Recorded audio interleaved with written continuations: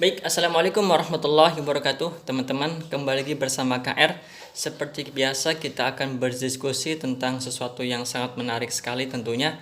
Dan mudah-mudahan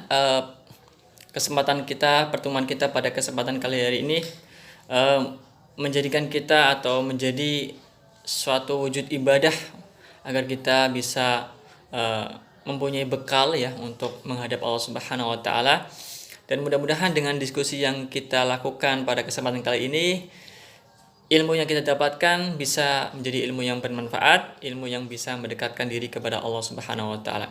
Baik teman-teman, jadi tema kita pada kesempatan kali ini sangat menarik sekali teman-teman, yaitu berkenaan tentang virus corona.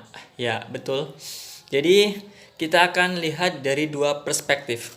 Yang pertama adalah dari perspektif biologi dan yang kedua adalah perspektif Al-Quran. Bagaimana Al-Quran memandang terkait dengan kasus virus corona yang melanda dunia ini sebagai suatu pandemi. Nah, langsung saja tanpa basa-basi kita mulai dari perspektif biologi. Di mana perspektif biologi di sini khususnya adalah dari perspektif biologi molekuler ya. Nah, mungkin teman-teman bertanya, sebenarnya apa sih virus corona itu kok sampai melanda dunia, sampai kemana-mana gitu ya, menjadi pandemi bahkan eh, padahal virusnya itu sangat kecil ya, sangat kecil yang harus bisa dilihat dengan mikroskop ya, mikroskop yang kecil. Nah, jadi eh, pada pertama ya. Jadi yang pertama teman-teman, apa sih virus corona ya? Jadi virus corona itu teman-teman dia adalah mikroorganisme, di mana di sini saya akan tampilkan dua mikroorganisme sebagai sebuah komparasi ya. Yang pertama adalah virus dan yang kedua adalah bakteri. Antara virus dan bakteri ini memiliki perbedaan ya, di samping juga memiliki persamaan. Apa persamaannya? Persamaannya bahwa baik virus maupun bakteri itu bisa sama-sama meninfeksi atau menyebabkan penyakit baik pada manusia, pada hewan maupun pada burung misalnya, hewan burung ya. Nah, kemudian apa perbedaannya? Perbedaannya adalah kalau virus itu hanya bisa berkembang di dalam inangnya, di dalam misalnya kalau katakanlah kelelawar itu adalah inang daripada virus corona, tempat penampungan virus corona, bernaungnya virus corona, maka virus corona itu tidak bisa berkembang ya di luar dari inangnya. Tidak, ketika di luar itu dia hanya diam saja. Tetapi ketika di dalam inangnya, maka virus itu berkembang. Ini berbeda dengan bakteri. Jadi bakteri adalah dia bisa berkembang di luar inang, ya, di luaran lingkungan yang dunia luar itu dia tetap bisa berkembang. Nah, jadi virus corona ini teman-teman kesimpulannya adalah bahwa dia bisa berkembang, tidak bisa berkembang kecuali ketika berada di dalam inangnya. Nah, kemudian bagaimana siklus hidup dari virus corona? Di sini ya ada gambar teman-teman ya. Ini main mapping tapi setengah juga slide gitu. Ini ada gambarnya slide gitu. Nah, teman-teman bisa lihat. Jadi yang bulat-bulat itu ya, yang ada di atas. Ini itu menggambarkan bahwa yang berbentuk persegi ini berwarna hijau itu ibarat sel ya. Kemudian yang bulat-bulat itu ibarat virus corona. Yang bulat-bulat itu ya teman-teman, yang sebelah kiri itu virus corona, sebelah kanan juga virus corona. Nah, yang sebelah kiri itu, jadi saya umpamakan teman-teman bahwa sel di dalam tubuh kita itu seperti ruangan lah ya, rumah. Nah, rumah itu ada pintunya, ada pintu yang untuk seseorang itu bisa masuk ke rumah. Sama, di dalam sel kita itu pun ada katakanlah pintu atau yang disebut dengan reseptor ya, reseptor. Nah, yang bentuknya seperti gelas teman-teman, ya itu yang warna kuning gitu ya, yang kayak gelas apa kayak apa itu, kayak tropi ya, kayak gelas. Itu adalah reseptor. Ketika reseptor itu memberikan izin masuk virus corona ke dalam sel, maka sel akan masuk dan berkembang di dalam sel ya. Sehingga dengan berkembang atau mereplikasi diri, kemudian akhirnya virus corona itu keluar ke dunia luar gitu ya. Nah, konsekuensinya dari sini adalah bahwa ketika virus corona itu berada di dalam sel, maka dia akan mengkonsumsi ya, akan memakan nutrisi-nutrisi yang ada di dalam pasien atau korban dari virus corona ini. Makanya kalau orang terjangkit virus corona, dia akan mengalami sakit gitu ya. Kurang lebih gambarnya seperti itu ya, terkait dengan siklus hidup corona di dalam sel. Kemudian gambarnya keluar ini. Biarin dah. Kemudian selanjutnya adalah pengelompokan virus corona. Nah, jadi virus corona ini ada macam-macam teman-teman ya. Ada macam-macam, ada banyak. Saya klasifikasikan di sini ada pertama virus corona yang menginfeksi mamalia, yaitu ada alpha coronavirus dan beta coronavirus. Kemudian virus corona yang menginfeksi burung dan ikan, yaitu gamma coronavirus dan delta coronavirus. Itu pengelompokannya. Kemudian struktur coronavirus ya, strukturnya. Kita bisa lihat di dalam gambar. Di situ ada gambar virus corona ya, seperti itu, dan itu ada banyak sekali protein-protein yang penting untuk kehidupan daripada virus corona ini. Ada protein spike ya. Kebetulan saya dalam bidang biologi sains ini nggak begitu ahli ya dengan istilah-istilah bahasa Inggris ya. Jadi mohon maaf apabila ada kesalahan-kesalahan pelafalan gitu. Itu ada beberapa protein spike, itu ada namanya nukleokapsid ya. Kemudian glikoprotein membran. Itu ada materi genetik coronavirus. Ya, jadi bentuknya seperti itu dan ukurannya itu sangat kecil, sekitar 100 mikrometer ya. 100 mikrometer bisa divisualisasi dengan transmission elektron mikroskop ya, mikroskop elektron yang bisa melihat virus corona ini. Tapi sebenarnya dengan ukuran 100 mikrometer itu virus corona itu terbilang ukuran yang besar gitu ya. Nah, kemudian di sini ada perbandingan virus corona dengan coronavirus SARS dan non SARS pada kelelawar. Teman-teman bisa lihat gambarnya di sini ya, bahwa yang ada ini ada diagram atau garis yang melintang ke atas dan ke bawah ke samping itu ya. Nah, semakin tinggi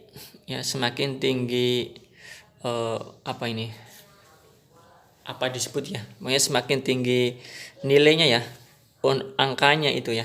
Angkanya, maka artinya kemiripan virus tersebut dengan virus yang berada di Wuhan atau pasien Wuhan itu sangat tinggi sekali. Nah, teman-teman bisa lihat yang berwarna biru itu yang paling tinggi, itu adalah virus bad COVID RATG13 atau virus yang ini ada pada kelelawar. Jadi virus yang ada pada kelelawar itu ada banyak ya. Di sini ada macam-macam tuh, ada seri-serinya, ada bad COVID ZC5 dan 45. Nggak terlalu kelihatan ya. Ini saya ambil dari seminar seminar tentang virus corona di YouTube gitu ya. Nah, jadi yang biru itu adalah virus yang ada pada kelelawar yang ditemukan di eh, di provinsi Yunan Cina. Nah, itu mirip sekali dengan eh, mirip sekali dengan virus corona yang ada pada pasien Wuhan ya. Sementara virus yang ada pada kelelawar yang lainnya yang dengan seri-seri yang lainnya itu tidak begitu mirip. Angkanya adalah berbeda atau rendah, tingkat angkanya rendah, tingkat kemiripannya, strength-nya itu ya rendah. Sementara pada virus yang tadi saya katakan bahwa virus yang biru itu ya, yang berwarna biru yang paling tinggi itu adalah virus yang ada pada kelelawar yang terjadi yang ada pada provinsi Yunan Cina. Jadi itu teman-teman ya. Kemudian keluar sendiri gambarnya kenapa atau kemudian apalagi nih teman-teman. Iya, data laporan WHO epidemi virus corona 3 Februari 2020. Ya, di sini teman-teman bisa lihat bahwa secara global verifikasi kasus atau korban virus corona itu ada sekitar 17.391 kasus ya terverifikasi ini dalam jangkauan global. Kemudian untuk di Cina itu jumlahnya 17.238 terkonfirmasi ya, terkonfirmasi dan yang 361-nya itu adalah meninggal. Atau bisa dikatakan bahwa meninggalnya itu jumlah orang yang meninggal itu sekitar 2% ya, 2%. Dan ini sebenarnya sangat rendah ya, terbilang rendah dibandingkan virus-virus yang misalnya seperti SARS, seperti virus SARS, seperti virus MERS itu justru dalam data-data yang sudah saya baca ya, tapi tidak saya tampilkan di sini karena mempertimbangkan waktu dan juga ruang tempat ya. Ini mungkin kalau terlalu banyak di sini bakalan rumit gitu. Dan waktunya juga terlalu panjang. Jadi terbilang virus corona ini adalah memiliki resiko kematian yang sangat rendah ya. Sangat rendah. Cuman hanya saja yang membuat virus ini terbilang sangat dahsyat itu adalah tingkat penularannya. Tingkat penularannya itu sangat cepat sekali. Sehingga itulah yang membuat virus corona ini menjadi sangat dahsyat pengaruhnya sampai kemana-mana, keluar ke seluruh dunia gitu. Nah, kemudian kita lihat lagi pengamatan struktur sel terinfeksi virus. Tapi sebelumnya akan kita lihat dulu yang atas nih ya, patogenesitas virus. Ini adalah patogenesis virus corona. Ini teman-teman bisa lihat di sini ada anggota tubuh ya, anggota tubuh manusia itu yang sebelah atas adalah saluran pernapasan atas, yang bawah adalah saluran pernapasan bawah. Nah, human CoV 229E dan human CoV NL63 atau virus corona yang ada pada manusia yang seperti juga virus flu ya, virus flu ini dengan virus flu itu hanya menyerang pernafasan atas ya. Jadi kalau teman-teman ada yang bertanya, kayaknya virus corona itu udah sampai ke Indonesia. Padahal sebenarnya ya mungkin virus corona itu bisa jadi malah lebih dulu, dari dulu udah masuk ke Indonesia. Cuman bukan bukan virus corona yang menyerang saluran pernapasan bagian bawah gitu ya. Yang ini yang merah itu, yang bagian bronkitis ya, bronkitis. Dan nah kemudian kita bisa melihat ya, tadi itu sudah kita lihat bahwa virus human coronavirus itu hanya menyerang ini virus yang biasa ya, virus yang menyerang manusia yang biasa itu, virus corona yang menyerang manusia yang biasa itu adalah hanya menyerang pernapasan bagian atas. Sementara virus corona termasuk juga di sini ada SARS dan MERS itu menyerang saluran pernapasan bawah. Nah, kemudian bahkan virus corona itu pun bisa menyebabkan diare pada hewan.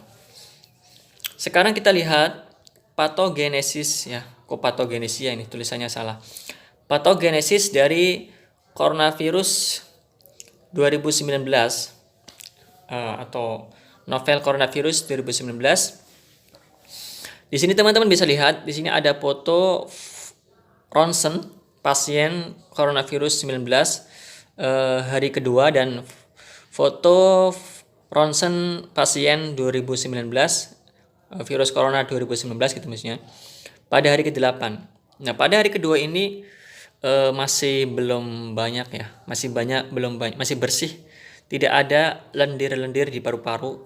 Sementara pada hari ke-8 ini sudah banyak terlihat lendir-lendirnya, yang mana ini adalah merupakan bagian daripada sistem kekebalan tubuh kita ya. Tetapi ketika infeksinya itu terus terjadi, maka ini akan membahayakan kita sendiri gitu.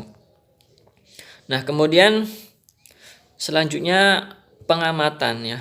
Pengamatan struktur sel terinfeksi sel coronavirus.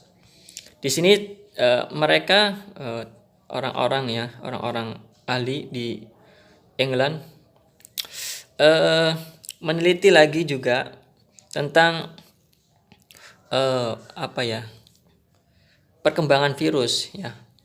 Dilihat bahwa selama 3 hari virus itu bisa berkembang ya. Selama 3 hari virus itu bisa berkembang di dalam sel. Selama 3 hari ini teman-teman bisa lihat gambarnya di situ, bahwa dalam jangka 3 hari virus corona itu sudah bisa berkembang banyak, di dalam sel. Makanya ketika orang sudah terjangkit virus itu udah 3 hari itu udah mulai gejala-gejala. Nah, itu adalah dari perspektif biologi teman-teman ya. Nah, ini yang lebih menarik lagi, yaitu kita akan lihat dari perspektif Al-Quran. Lebih spesifik lagi teman-teman, saya akan membahas dari perspektif bahwa coronavirus adalah sebuah bencana ya, tapi bukan dalam artian negatif ya, atau kita artikan saja musibah ya. Musibah di mana musibah ini ada pembahasannya di dalam Al-Quran. Yang pertama teman-teman, musibah virus corona, pandemi yang melanda dunia ini teman-teman, itu kita harus ketahui bahwa tidak ada musibah kecuali atas izin Allah ya. Dalam surah At-Taghabun disebutkan ayat 11 ya, walana bluwannakum wa ma asabakum min musibatin illa biidznillah. Tidaklah suatu musibah terjadi kecuali atas izin Allah. Jadi tidak ada satu musibah pun yang terjadi atas izin selain Allah, enggak ada. Semuanya itu adalah pasti atas izin Allah Subhanahu wa taala. Ya. Di sini ada kecuali. Artinya bahwa virus corona itu ya, baik ada yang mengatakan ini adalah musibah biasa atau yang mengatakan konspirasi, ya baik itu semuanya itu adalah tetap dalam bingkai bahwa itu adalah tidak terjadi kecuali izin Allah Subhanahu wa taala. Nah, kemudian tidak ada musibah kecuali sudah tertulis dalam kitab Lauhul Mahfuz. Teman-teman bisa lihat dalam surah Al-Hadid ayat 22 ya, di mana Allah Subhanahu wa taala berfirman, "Ma asaba min musibatin fil ardi wala fi anfusikum illa fi kitabim min qabli an nabraha inna dzalika 'alal yasir." Yang artinya tiada suatu bencana pun yang menimpa di bumi dan tidak pula pada dirimu sendiri melainkan telah tertulis dalam kitab Lauhul Mahfuz sebelum kami menciptakannya. Sesungguhnya yang demikian itu adalah mudah bagi Allah. Jadi teman-teman, tidak ada musibah pun yang terjadi di muka bumi ini ya, maupun di dalam diri kita sendiri ya. Kita kan juga kadang-kadang suka tertimpa virus flu ya, virus flu yang mungkin kelihatan sepele ya. Kelihatan sepele karena mungkin tidak begitu dahsyat ya, yang meskipun sedikit menyusahkan ya. Kadang-kadang kalau kita kena flu itu ya repot juga meskipun kecil. Tetapi itu adalah tidak akan terjadi kecuali sudah tertulis di dalam kitab Lauhul Mahfuz. Bahkan daun-daunan pun ya, dalam ayat lain itu tidak akan jatuh kecuali sudah tertulis di dalam kitab Lauhul Mahfuz. Apalagi virus corona yang peristiwanya begitu besar gitu kan. Nah, kemudian selanjutnya adalah kita harus ketahui juga bahwa musibah terjadi karena kesalahan manusia ya. Tidak ada musibah itu kecuali musibah itu jadi di sini terjadi karena kesalahan manusia. Teman-teman bisa lihat dalam surah Asy-Syura ayat 30, surat 42. Bismillahirrahmanirrahim. Wa ma asaba min musibatin fabima kasabat aydikum wa ya'fu an katsir. Yang artinya adalah, dan apa saja musibah yang menimpa kamu maka adalah disebabkan oleh perbuatan tanganmu sendiri, dan Allah memaafkan sebagian besar dari kesalahan-kesalahanmu. Nah, jadi virus corona itu terjadi ya karena manusia itu sendiri ya. Baik mungkin yang menurut orang adalah sebuah konspirasi ya. Ya mungkin itu sebagian pendapat aja ya, karena mungkin tidak hanya melihat dari luar-luarnya saja misalnya. Tetapi banyak penelitian bahwa ternyata tadi sudah disebutkan bahwa virus corona itu adalah merupakan virus yang replikasi atau metamorfosis dari virus yang ada pada virus corona tadi, bad cough yang 13 itu virus yang ada pada corona itu, yang pada kelelawar yang ada pada provinsi Yunani itulah yang sangat mirip sekali dengan virus corona yang ada pada pasien di Wuhan. Nggak tahu bagaimana kelelawar itu bermigrasinya, nggak tahu ya, wallahu alam. Tapi yang jelas seperti itu ya. Boleh jadi karena kelelawar di Cina itu di pasar yang menjual kelelawar itu jadi dikonsumsi secara bebas ya. Itulah mungkin menjadi penyebabnya. Itu penyebabnya adalah musibah itu tidak terjadi kecuali atas atau karena kesalahan manusia. Nah, kemudian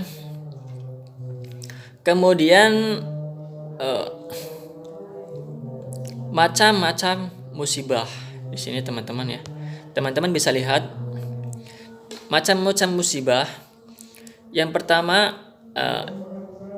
musibah itu disebut dengan atau sebagai fitnah atau cobaan. Jadi di sini ada dua hal musibah itu ya. Yang pertama ada fitnah atau cobaan, yang kedua adalah musibah itu adalah sebagai azab. Nah, teman-teman bisa lihat yang pertama dalam surat Al-Baqarah lah misalnya.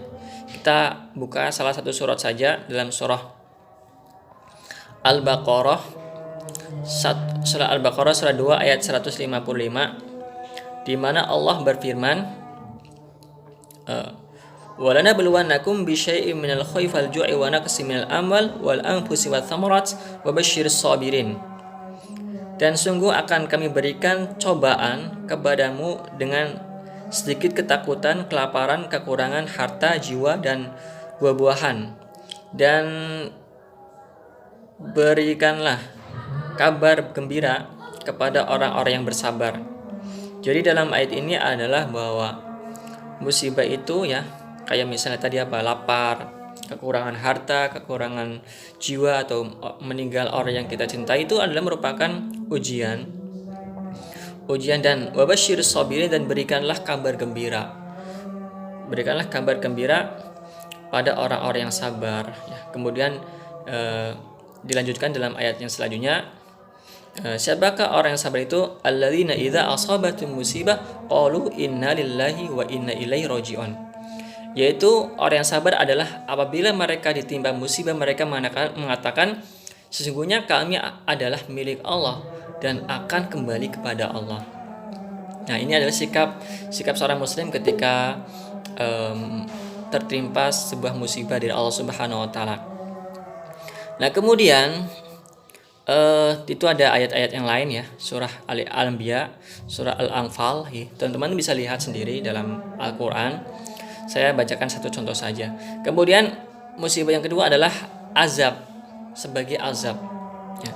Jadi bisa jadi ya, mungkin ya kita nggak bisa artinya mengklaim atau menjustifikasi bahwa virus corona ini adalah sebagai suatu ujian saja atau azab saja ya, karena mungkin banyak orang bermaksiat, jadi ini sebagai azab yang nggak belum tentu juga. Tapi bisa jadi ini dua-duanya, yaitu sebagai fitnah, cobaan khususnya bagi orang-orang yang beriman ya. Kemudian azab ya, azab bagi orang-orang yang durhaka, orang-orang yang tidak mau mentaati perintah Allah Subhanahu wa taala. Dan di mana azab ini ada dua hal ya. Di dalam surah As-Sajdah ya, ayat 12 sampai 14. Di situ teman-teman bisa lihat, yang punya kitab terjemah Al-Qur'an bisa lihat ya. Saya bacakan, walau tara idil mujrimuna nakisur ru'usihim 'inda rabbihim rabbana absarna wa sami'na farji'na na'mal salihan inna muqinun walau syi'na la'atina kulla nafsin hudaha walakin haqqal qawlu minni la'amla'anna jahannama minal jinnati wan nasi ajma'in. Jadi artinya, dan sekiranya kamu melihat mereka ketika orang-orang yang berdosa itu menundukkan kepalanya di hadapan Tuhannya, mereka berkata, ya Tuhan kami telah melihat dan mendengar, maka kembalikanlah kami ke dunia. Kami akan mengerjakan amal soleh. Sungguhnya kami adalah orang-orang yang yakin. Dan kalau kami menghendaki, ini firman Allah, dan kalau kami menghendaki, niscaya kami akan berikan kepada tiap-tiap jiwa petunjuk. Akan tetapi, tetaplah perkataan daripadaku, sesungguhnya akan aku penuhi neraka jahanam itu dengan jin dan manusia bersama-sama. Ayat 14-nya, fadzuqu bima nasitum liqa'a ayyamikum hadza inna nasinakum wadzuqu adzabal khuldi ma kuntum ta'malun. Maka rasakanlah olehmu siksa ini disebabkan kamu melupakan akan pertemuan dengan harimu ini. Sesungguhnya kami telah melupakan kamu pula, dan rasakanlah siksa yang kekal disebabkan apa yang selalu kamu perbuat. Nah, itu azab yang ada di dunia ya. Kemudian ada azab yang tadi azab di akhirat ya. Kemudian ada lagi azab yang ada di dunia. Kita bisa lihat dalam surah As-Sajdah, surah Al-Anfal ayat 25. Wattaqu fitnatan la tusibanna alladziina dzalamu minkum khassah wa'lamu anallaha syadidul iqab. Yang artinya, dan peliharalah dirimu daripada siksaan yang tidak khusus menimpa orang-orang yang zalim saja di antara kamu, dan ketahuilah bahwa Allah amat keras siksanya. Ya. Jadi musibah corona ini ya boleh jadi apakah itu sebagai azab atau sebagai cobaan Memang tidak hanya akan menimpa orang-orang yang zalim saja, tetapi juga akan bisa menimpa orang-orang yang beriman ya. Misalnya ketika di dalam suatu daerah itu banyak orang yang maksiat misalnya, tetapi tidak ada yang mengingatkan, tidak ada yang orang-orang yang muslim yang lain itu diam, tidak ada yang memberi peringatan, maka boleh jadi itulah juga yang menjadi artinya sebagai apa ya? Artinya sebagai supaya teman-teman manusia ini merasakan sebagian apa yang mereka telah berbuat. Nah, itu ya teman-teman, musibah ya, macam-macam musibah. Nah, tentu saja musibah ini bukan berarti Allah itu apa ya, nggak sayang sama hambanya, nggak seperti itu. Tapi justru dengan adanya musibah ini sebagai ujian kita. Kalau sekolah ya, kalau pengen naik kelas ya kita harus diuji dulu kan teman-teman ya, supaya naik kelas. Kalau nggak diuji, nggak lulus ujian ya nggak naik kelas.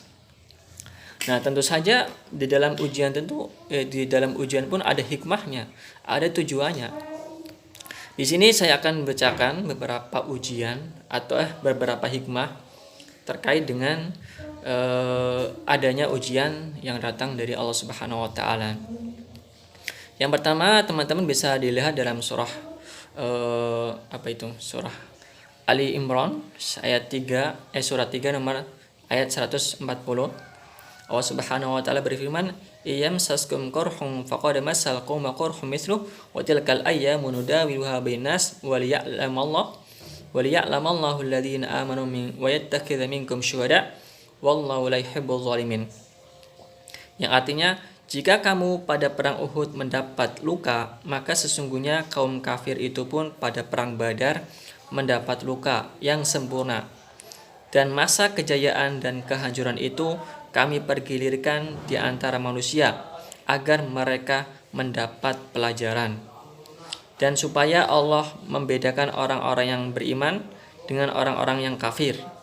Supaya juga sebagian kamu dijadikannya gugur sebagai syuhada dan Allah tidak menyukai orang-orang yang zalim. Jadi yang pertama teman-teman, agar manusia bisa mendapat pelajaran, itu hikmah yang pertama. Adanya ujian itu hikmahnya yang pertama adalah agar seseorang mendapat pelajaran ya. Pelajarannya apa? Ya supaya tidak terulang kembali gitu kan. Ya, namanya kalau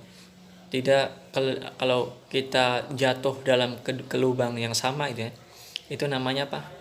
Keledai ya. Apa namanya itu? Iya, keledai. Itu namanya keledai kalau jatuh dalam lubang yang sama. Intinya kalau kita tahu bahwa corona itu disebabkan karena kelelawar, ya sudah jangan makan kelelawar. Apalagi itu sudah diharamkan sangat jelas oleh Allah. Apa yang diharamkan oleh Allah ya pasti itu tidak baik. Nah, kemudian selanjutnya adalah agar Allah membedakan orang-orang yang beriman dengan orang-orang kafir. Ya, itu nanti akan kelihatan ya, orang-orang kafir, orang-orang yang tidak beriman itu pasti mereka akan mungkin akan marah gitu ya, marah dengan adanya virus corona ini. Itu mereka akan marah. Tetapi ketika orang yang beriman, mereka tahu bahwa musibah ini datang dari Allah Subhanahu wa taala, mereka tidak akan marah apalagi putus asa. Mereka akan sabar dan mencoba bahwa setiap kejadian pasti ada hikmahnya. Ya, buktinya apa? Buktinya boleh jadi dengan adanya virus corona ini ya mungkin banyak orang-orang di PHK, tetapi pasti ada hikmah-hikmah yang lain ya. Misalnya banyak tumbuh juga lapangan kerja yang tidak pernah kita duga. Dan itu yang kedua. Yang ketiga juga supaya sebagian kamu dijadikan gugur sebagai syuhada. Nah, jadi dalam ayat ini kan konteksnya perang ya, perang. Jadi ketika kalah ya, supaya orang-orang yang terbunuh di medan perang ya sebagai syahid, masuk surga langsung. Sama jika ada bencana corona itu bukan berarti Allah nggak cinta. Boleh jadi Allah ingin menjadikan hamba-hambanya itu banyak yang syahid. Syahid, dimana syahid ini ada dua macam ya. Ada syahid dunia dan ada syahid akhirat. Syahid dunia adalah syahid yang orang yang berperang tadi, yang artinya di dunia itu ya nggak boleh dimandikan gitu. Tapi syahid akhirat itu ya hanya sebagai syahid di akhirat saja, artinya di dalam dunia ini tetap ya dimakamkan atau di mayatnya itu ya dimandikan sebagaimana dengan seperti orang-orang pada umumnya yang tidak syahid ya. Dimana orang yang terkena virus corona itu kan di dalam sebuah hadis itu syahid ya akan mendapatkan keutamaan sebagai orang yang syahid. Terkena wabah, orang yang terkena sakit perut itu syahid. Nah, kemudian hikmah selanjutnya adalah agar Allah membersihkan orang-orang, membersihkan hati ya di sini maksudnya, membersihkan hati orang-orang yang beriman dari dosa mereka dan membinasakan orang-orang yang kafir. Surah Ali Imran ayat 41. Teman-teman bisa lihat ya. Waliyumahhisallahu alladhina amanu wa yamhaqal kafirin. Dan agar Allah membersihkan itu sudah dibaca tadi. Ya, jadi itulah dengan adanya musibah ini ya mungkin kita banyak maksiat misalnya sebelumnya, banyak berbuat dosa. Dengan perantara mungkin terasa berat ya ujian virus corona ini, tapi itu Allah akan mengampuni dosa-dosa kita ya, dimana kita nggak bisa masuk surga tanpa bersih dari dosa kan. Sebelum kita masuk surga kita dibersihkan dulu oleh Allah Subhanahu wa taala dengan diampuni segala dosa-dosanya lewat apa? Lewat kita ditimpakan sebuah ujian, sebuah musibah, dan kita mesti bersabar supaya kita tetap mendapatkan keutamaan pahala ya maupun ampunan dosa. Kemudian selanjutnya adalah agar Allah mengetahui orang yang berjuang dan sabar ya.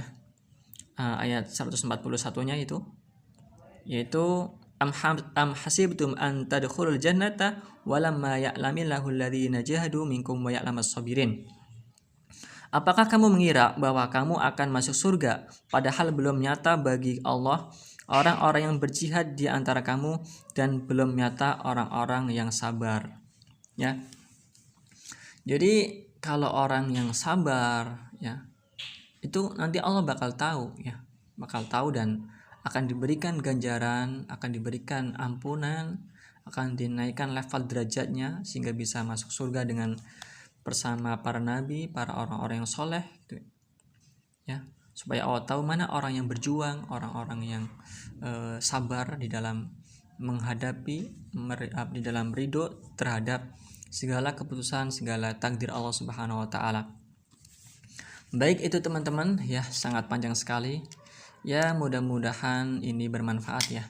Insya Allah, apalagi yang kita kaji ini adalah Al-Quran. Ya, Al-Quran dan ilmu biologi ya, yang juga sangat penting sekali. Nah, baik teman-teman, apabila ada salah-salah kata dari saya, mohon maaf yang sebesar-besarnya. Terima kasih. Wassalamualaikum warahmatullahi wabarakatuh.